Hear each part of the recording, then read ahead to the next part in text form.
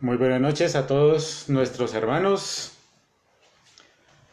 Qué gozo poder tenerlos nuevamente un día más reunidos aquí compartiendo estos devocionales que gracias a la majestuosidad de Dios, gracias a esos propósitos de Dios, nos ha permitido expandir el Evangelio de otra manera. Eso es un gozo para todos nosotros, poder compartirlo, poder extender la palabra de Dios, no solamente a nuestra amada Iglesia Casa de Oración, sino a tantos hermanos que hoy se acercan a través de estos medios de comunicación, de estas redes sociales, y que pueden tener ese privilegio también de compartir un día más de la palabra de Dios. Nuevamente reiterándole a todos ustedes el saludo de bienvenida y confirmando que hemos estado o empezamos a hablar del libro de Génesis. Ya llevamos 2 días hablando del libro de Génesis, empezamos a ver el tiempo de la creación de Dios, cosas particulares que Él ha mostrado, de lo que ha venido hablando, particularmente esos 5 días iniciales de la creación, y posterior a eso, ayer estuvimos hablando de algo muy significativo, el clímax de la creación. Hablamos también aclarando el tema que el clímax de la creación estaba limitado solo a esos 5 o 6 días que Dios utilizó para su creación, y que en ese sexto día denominamos el clímax de la creación a la creación del ser humano. Eso fue denominado, pero aclaramos que solo en ese espacio de tiempo, porque mirándolo a nivel general de la Biblia hay muchos temas a los cuales podemos denominar el clímax de la creación. También aclaramos un poco el aspecto de lo que es ser imagen y semejanza, cómo Dios nos creó a esa imagen, a esa personalidad, esa identidad que nos dio Dios, y esa semejanza dándonos también algunas particularidades de su don, de su grandeza, dándonoslas en mínimas porciones a nosotros, y de ahí en adelante cómo podíamos nosotros trabajar de una manera más humana, siendo más honestos, más diligentes en lo que Dios coloca en nuestro ser, en nuestra esencia. Vimos entonces también algo importantísimo en este tema del día de ayer, es que ratificamos que nosotros como creyentes, como trinitarios, podemos dar crédito de que la Trinidad se manifiesta en estos pasajes cuando empieza a arguir Dios en esa expresión que dice hagamos al hombre a imagen y semejanza.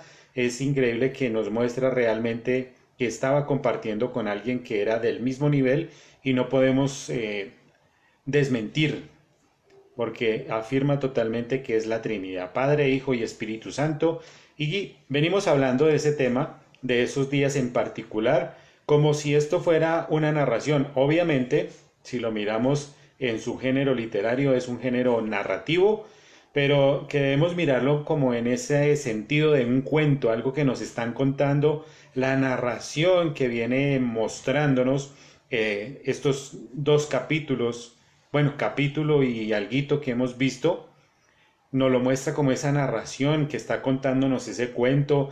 Antes estaba desordenada, la tierra empieza a mostrarnos cosas que van pasando poco a poco. Hay una diferencia en esta narración que marca algo como la diferencia. Es que cuando miramos un cuento, cuando estamos mirando una historia, entendemos que es algo que está pasando por allá a la distancia, algo que ocurrió en alguna ciudad, en algún país, y obviamente acá está sucediendo lo mismo, pero la gran diferencia es que esta narración tiene que ver con la vida de nuestros antepasados. O sea que hace parte inherente de nosotros, es conocer parte de nuestra historia, de cómo fue nuestro inicio, nuestros comienzos, cómo fue ese comportamiento si llegamos a cumplir los tatara, no sé qué tatara será Adán de nosotros, pero podríamos decir que ese fue nuestro tatara abuelo y cómo fue su vida. Quizás poder llegar a meternos un poco más en su mente, en su conocimiento, de decir por qué fue que hizo tal cosa, qué le fue, qué lo motivó, qué lo llevó a hacer tal desastre que hoy nos cuesta a nosotros un poco en esta porción de la tierra que tenemos, nos cuesta y que cargamos todavía desde el nacimiento con ese pecado que nuestro tatarabuelito Adán hizo junto con su esposa Eva.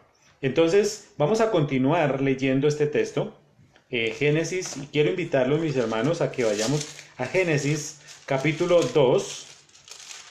Génesis capítulo 2, y vamos a ir adelantándonos un poco al texto, porque por lo que viene narrando, vamos a leer Génesis capítulo 2, desde el versículo 15 hasta el 25. Génesis capítulo 2, versículos 15 al 25.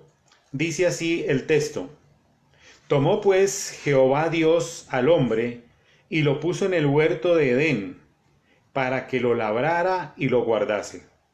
Y mandó Jehová Dios al hombre diciendo, de todo árbol del huerto podrás comer, mas del árbol de la ciencia del bien y del mal no comerás, porque el día que comieres ciertamente morirás.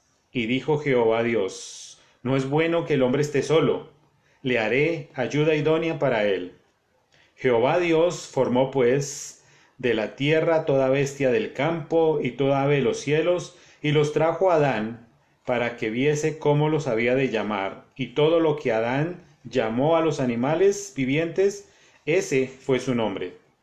Y puso Adán nombre a todas las bestias y aves de los cielos, y a todo ganado del campo. Mas para Adán no se halló ayuda idónea. Entonces Jehová Dios hizo caer en sueño profundo sobre Adán, y mientras éste dormía, tomó una de sus costillas y cerró la carne en su lugar. Y de la costilla que Jehová Dios tomó del hombre, hizo una mujer, y la trajo al hombre. Dijo entonces Adán, esto es ahora hueso de mis huesos, y carne de mi carne. Esta será llamada varona, porque del varón fue tomada. Por tanto, dejará el hombre a su padre y a su madre, y se unirá a su mujer. Serán una sola carne. Y estaban ambos desnudos, Adán y su mujer, y no se avergonzaban. Bueno, este es un texto muy conocido también por todos nuestros hermanos, por todos los que quizás tampoco son creyentes, pero que es un texto que nos muestra esa historia de la creación, de cómo fue realmente formado. Ayer hablamos cuando Dios dijo esa palabra, hagamos al hombre a imagen y semejanza, y le dio una serie de herramientas de trabajo para hacer, ya lo había provisto para hacer una tarea, para ejercer una tarea. Y entonces nos estamos adelantando un poco porque capítulo 2 empieza con ese día de descanso de Dios. Narrando un poco más la historia, terminó Dios de hacer en los 6 días lo que tenía ya planeado, lo que tenía estipulado, y en el séptimo Dios descansó. No porque Dios se haya cansado, dijo, no, esto ya está como muy pesado, mucho trabajo, yo necesito descansar. No, Dios ya tenía todo perfectamente planeado. En 6 días hizo la creación perfecta y en el séptimo el Señor descansó. Pero algo especial que hizo ese día, lo bendijo. Y cuando bendecimos algo, nosotros también lo hacemos cuando bendecimos algo, queremos es exaltar, engrandecer ese día para magnificar obviamente el nombre de Jesucristo, para engrandecerlo, para honrarlo. Por lo tanto, también era una orden para el ser humano, trabajar los 6 días y en el séptimo descansar. No descansar para irse a recostarse en la cama y dar locha todo el día, no.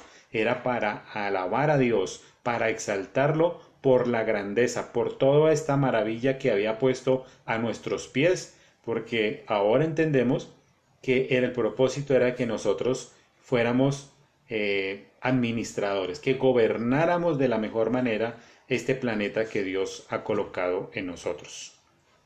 Ese es el trasfondo como viene mostrándolo, pero también algo en particular aquí. Cuando estamos viendo una película que el capítulo 2 empieza a narrar, se abren unos paréntesis y se cierran unos paréntesis en toda la historia. Es como cuando vemos esas películas de suspenso, de terror, no sé si ustedes las hayan visto.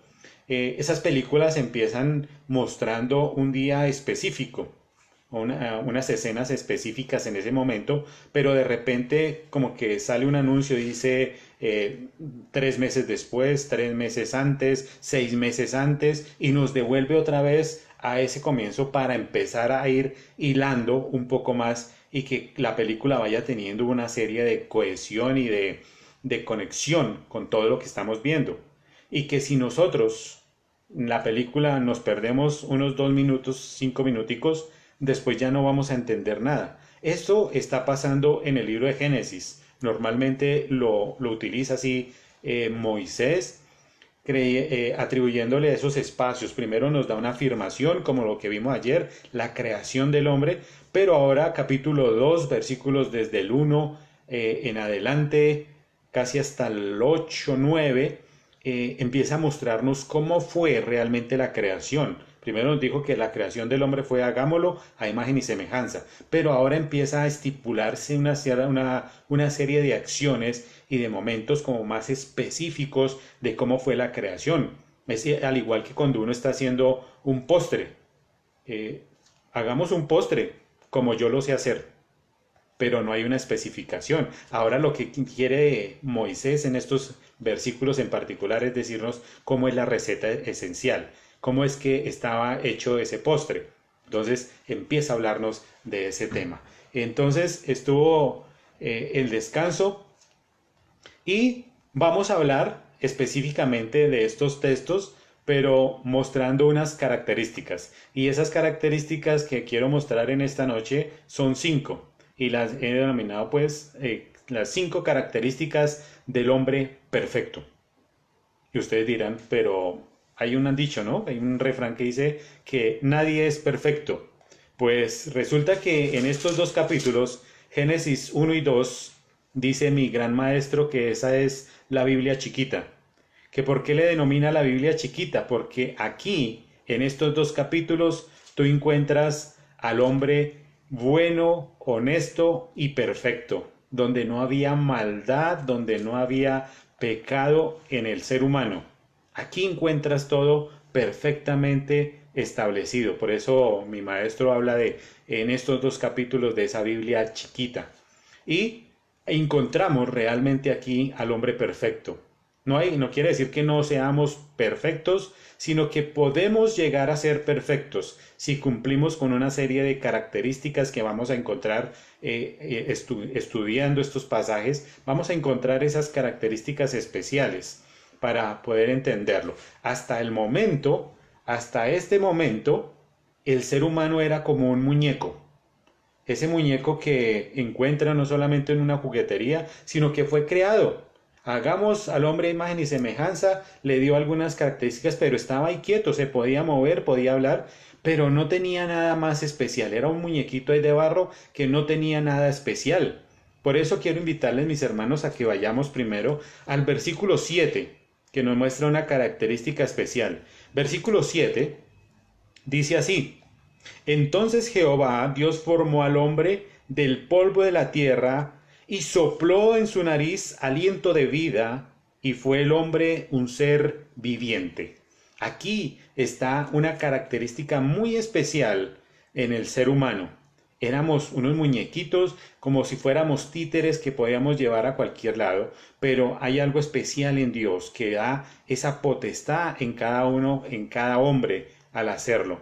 Dios sopló aliento de vida en su nariz y le dio al hombre algo especial. Entonces, al soplar ese aliento de vida, ese ser empieza a ser un ser viviente, un ser que tiene alma, que tiene espíritu, obviamente ya tiene cuerpo, pero entonces tiene las tres características: alma, cuerpo y espíritu. Ahora este ser humano tiene sentimientos que no tenía anteriormente. Empieza a moldearnos qué fue lo que insertó Dios en esta receta que ya nos había hablado anteriormente. Ahora tiene sentimientos el ser humano, por lo tanto ya puede amar, puede odiar, puede hacer lo bueno, puede hacer lo malo, obviamente, porque tiene ahora esa capacidad de decidir. Ayer hablamos que tenía esa libertad de poder crear, de poder decidir tomar acciones.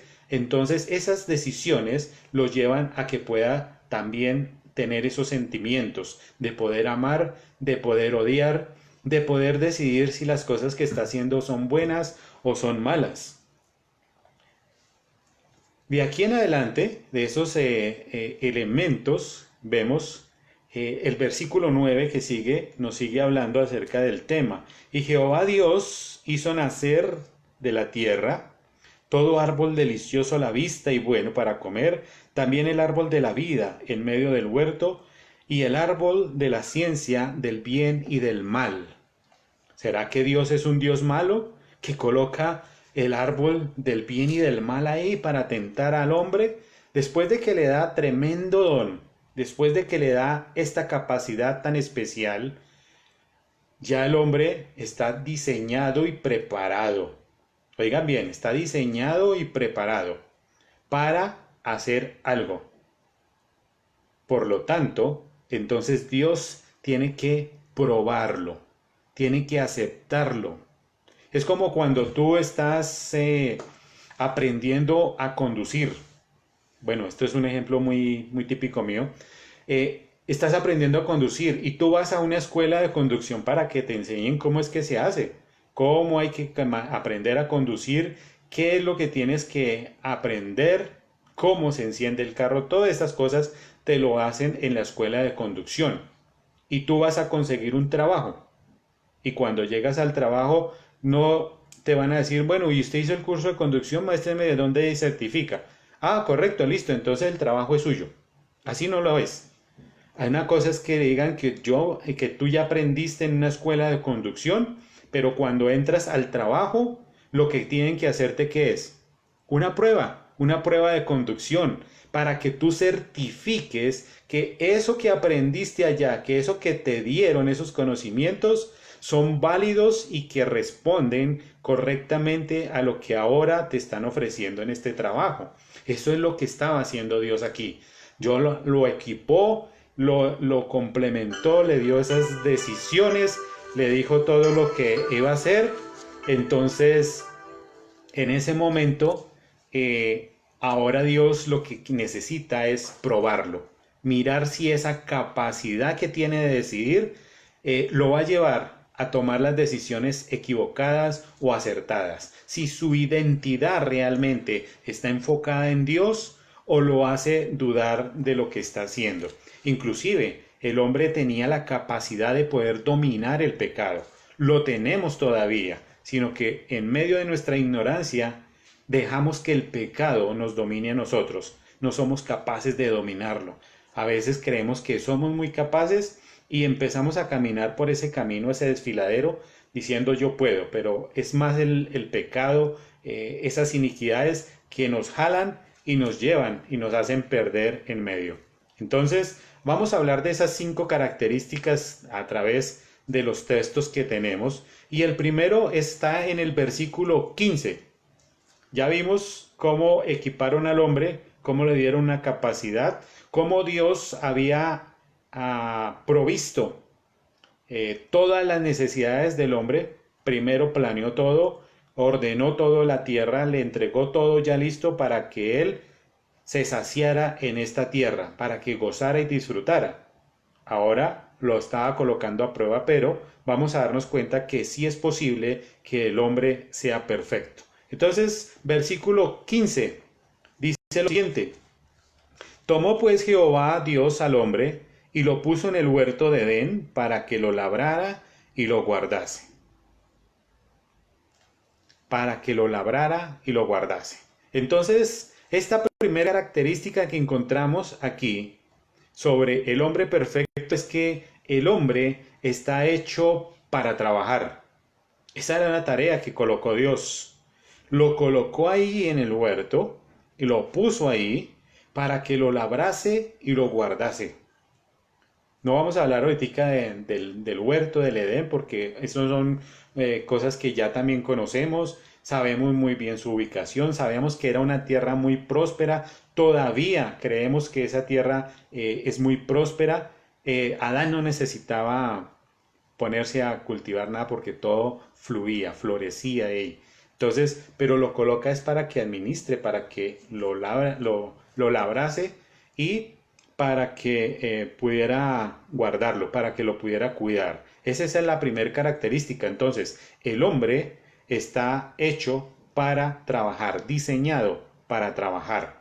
El propósito que dice ahí, ¿para qué? Pues para labrarlo, para guardarlo. Y eso no tiene nada que ver con esa canción popular que todos conocemos. Yo creo que ustedes ya la conocen, la deben de estar cantando ahí, esa que dice el negrito del batey. A mí me llaman el negrito del batey.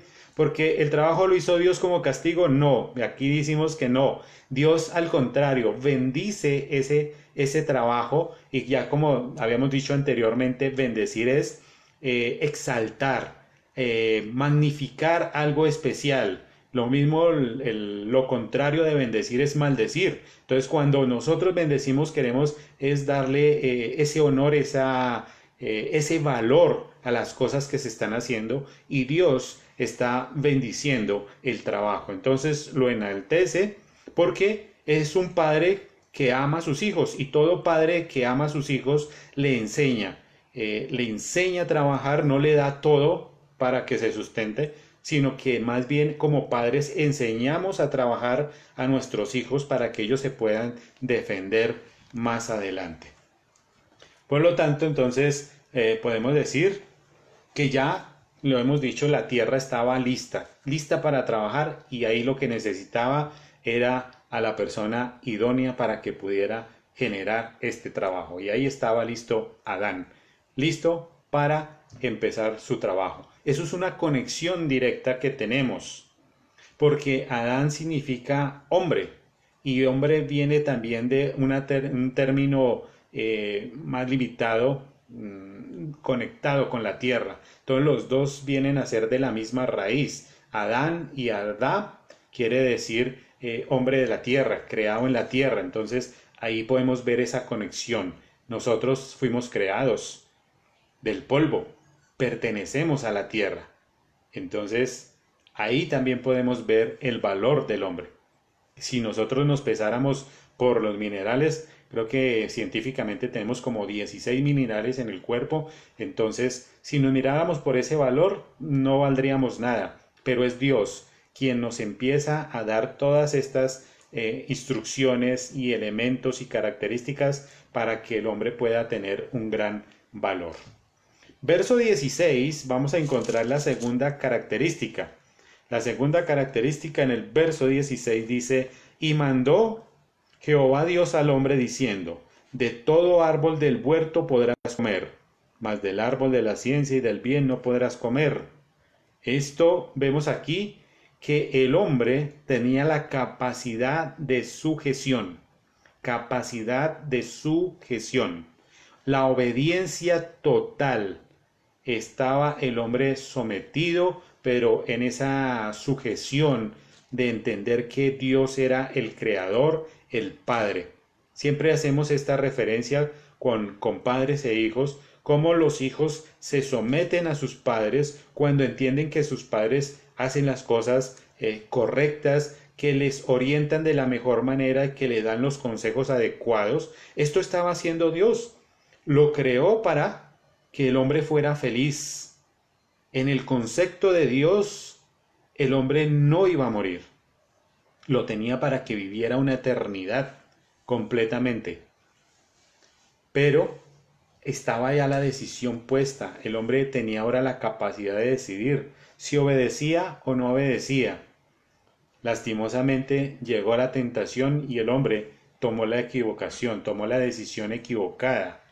Todo enfocado a que el hombre fundamentalmente, o la obediencia, está fundamentada en la perfección. Dios es perfecto, por lo tanto Dios anhelaba, soñaba que el hombre también fuera perfecto como Él lo es.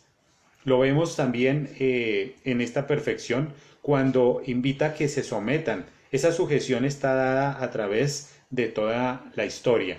Y lo vimos también ayer cuando hablamos de someternos no solamente a las autoridades, no solamente a los gobiernos.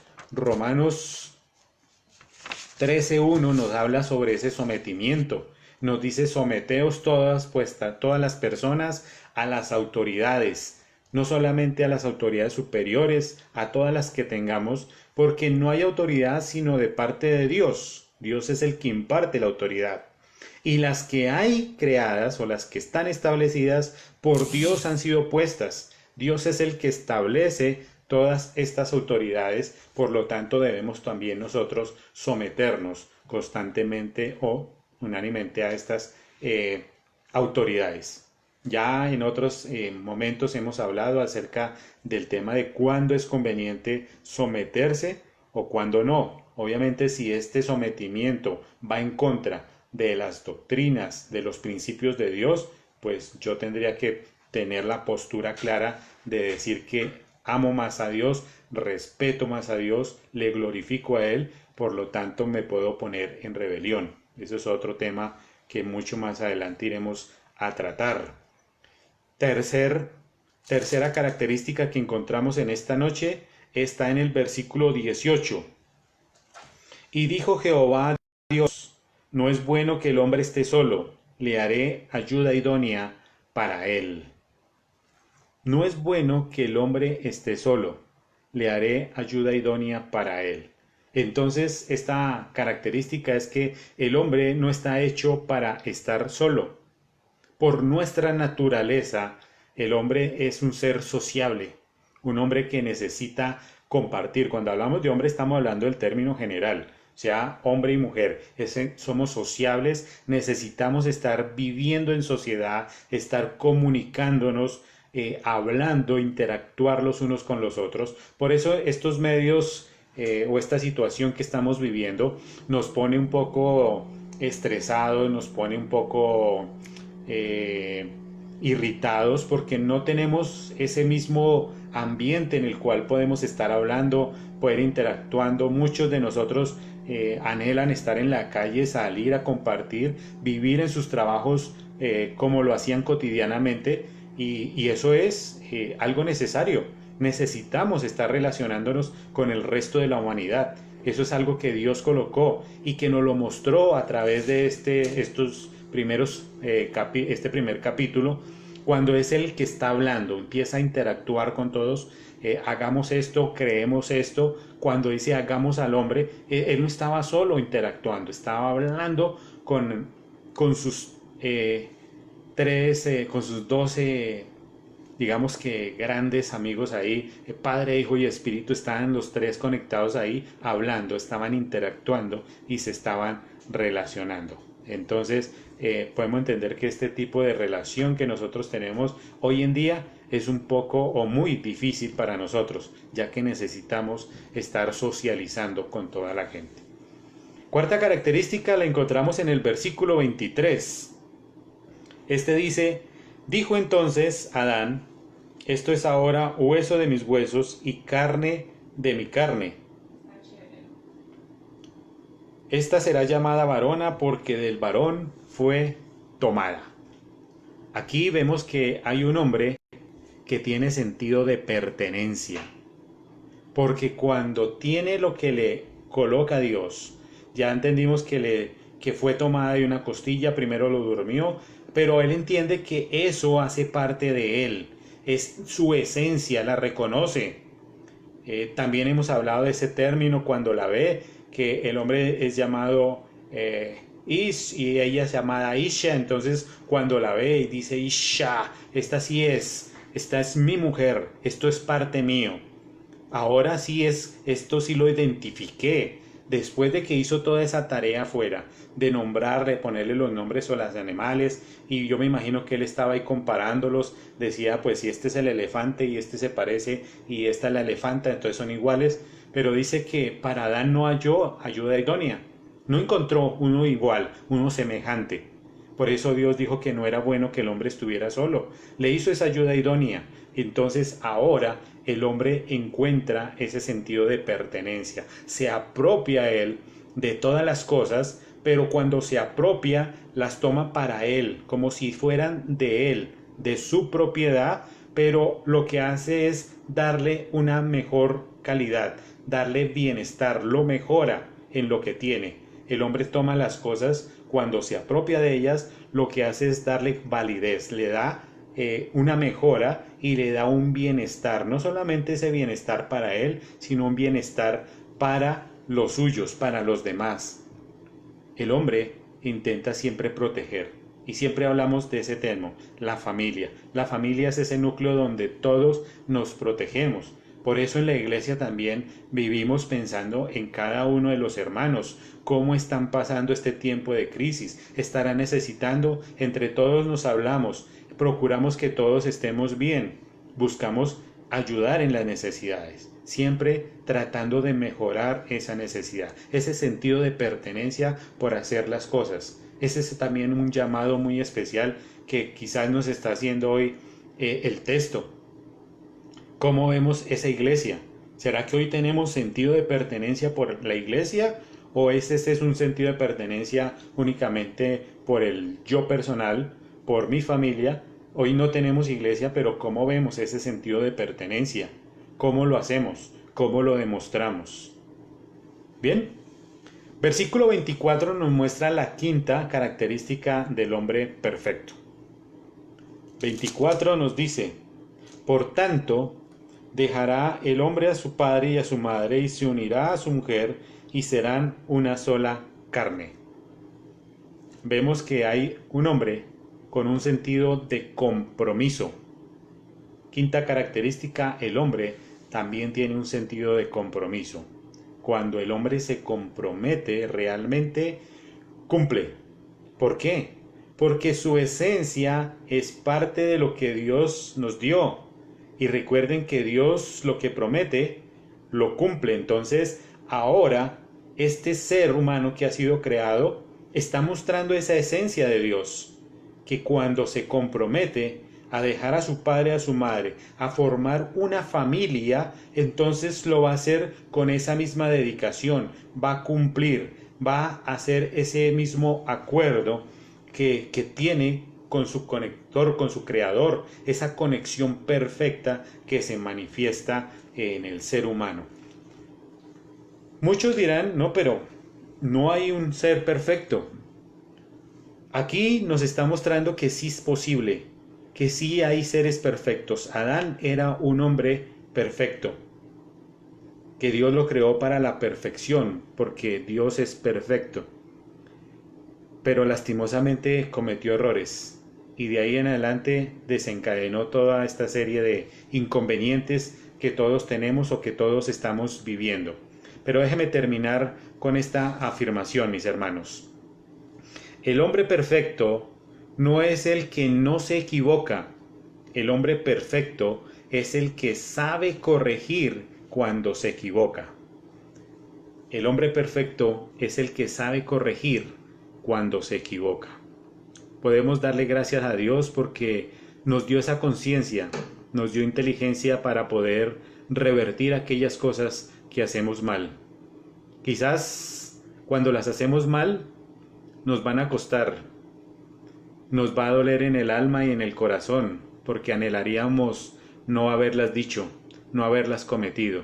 Pero Dios en su misericordia ha perdonado y perdonará siempre esas iniquidades, pero siempre mostrando al ser humano que tiene la capacidad de poder retractarse, de poder devolver esas acciones, decir que puede corregirlas para poder mostrar esa perfección que Dios ha colocado en cada uno de nosotros. Padre amado y Padre celestial, hoy nuevamente damos infinitas gracias a ti, Señor, por el tiempo que tú permites de poder conocerte, y gracias por mostrarnos parte de esas características y sobre todo esa receta especial que tú hiciste en el ser humano, Señor. Hoy podemos comprender que tú lo creaste con el propósito, Señor, de ser un hombre bueno, de ser un hombre perfecto, pero que lastimosamente el mal estuvo involucrado, Señor, y que esa misma esencia que tú colocaste, esa capacidad de decidir, nos llevó también a la ruina, a vivir en esa soledad, en ese mundo vacío, en la oscuridad, Señor. Damos infinitas gracias a ti, Señor, porque tú restauras, porque tú restableces nuevamente el mundo, restableces al ser humano, Señor.